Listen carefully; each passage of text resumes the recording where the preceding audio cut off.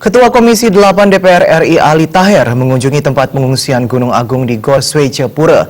Ali Tahir mengungkapkan rasa terharu dan keprihatinannya terhadap kondisi pengungsi yang jumlahnya diperkirakan akan terus bertambah.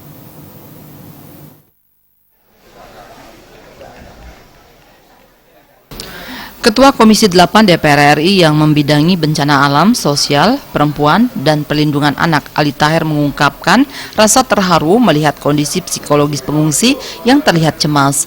Pihaknya akan terus melakukan koordinasi dengan pihak terkait seperti Kemensos RI dan Badan Nasional Penanggulangan Bencana BNPB untuk menambah stok sembako agar masyarakat yang mengungsi tidak kekurangan makanan dan lainnya. Menurutnya, dari segi anggaran saat ini tidak masalah.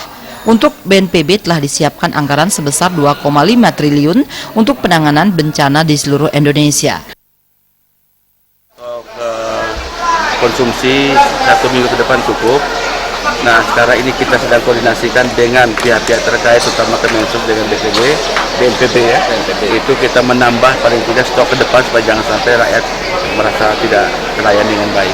Maka kita akan intervensi.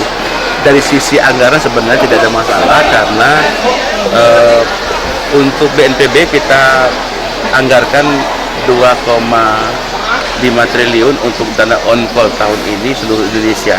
Sewaktu-waktu kapal bisa digunakan. Hanya saja yang perlu itu. Berdasarkan data dari BPBD Kelungkung tanggal 28 September hingga pukul 8.30 WITA, jumlah warga yang mengungsi ke gor tersebut mencapai 3.341 jiwa atau 1.119 kepala keluarga.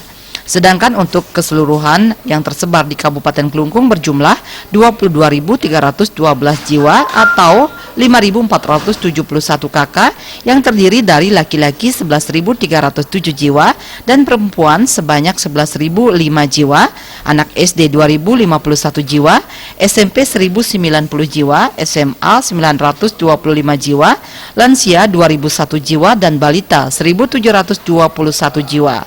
Anggara Tanah dan Agus Sudiatmike, Bali.